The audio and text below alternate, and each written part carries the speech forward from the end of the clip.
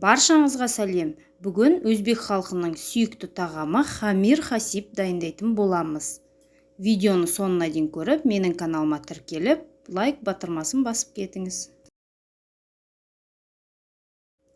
Қамырымызды дайындап аламыз. Бір жұмыртқа, суымызды, тұзымызды қосып, ұнымызды салып, қамырымызды біріктіріп 15 минутқа демалуға қойып қоямыз. Енді начинкасын дайындап аламыз. Күрішімізді 3 минутқа бұқтырып аламыз. Жуана майда етіп турап алып, күріш барлығын фаршқа салып, жақсылап араластырып аламыз. Енді тұзымызды қалауыңызша бұрыш қосуларыңызға болады.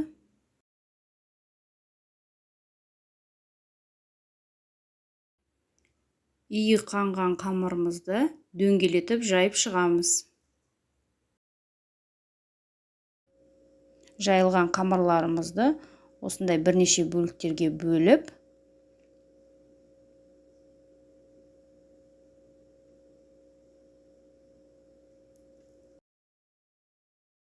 үстелімізге тізіп шығамыз. Енді начинкамызды салатын боламыз.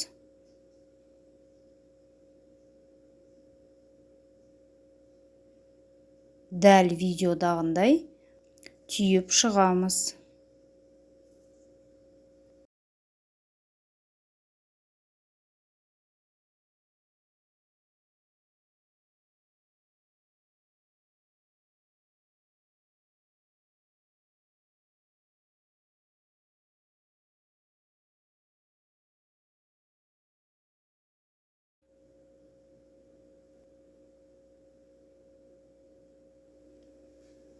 Дайын болған тағамымызды мантываркаға салып, 45 минут пісіріп аламыз. Подливын дайындап аламыз. Қызып тұрған майға жуамызды салып, морковымызды салып, жақсылап қуырып аламыз.